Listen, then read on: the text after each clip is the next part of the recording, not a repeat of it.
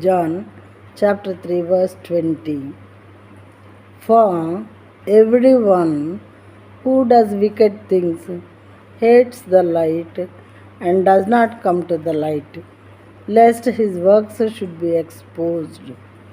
దుష్కార్యము చేయు ప్రతివాడు వెలుగును ద్వేషించును, తన క్రియలు దుష్క్రియలుగా కనబడకుండునట్లు వెలుగునద్దకు రాడు. వెలుగు అంటే ఇక్కడ నేనే లోకమునకు వెలుగై ఉన్నాను అని దేవుడు చెప్పారు.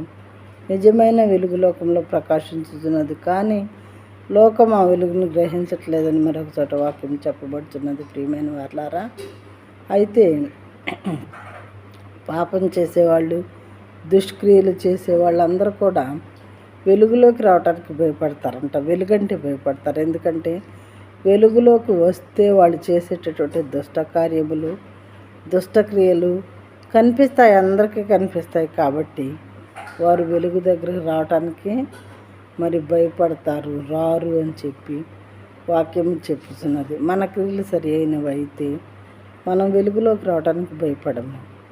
ఎక్కడి నుంచున్నా కానీ ధైర్యంగా నిలబడగలుగుతాము. కాబట్టి మన క్రియలు వెలుగు క్రియలై ఉండాలి, మన జీవితం వెలుగుమయమై ఉండాలి అని దేవుడు కోరుకొనుచున్నారు.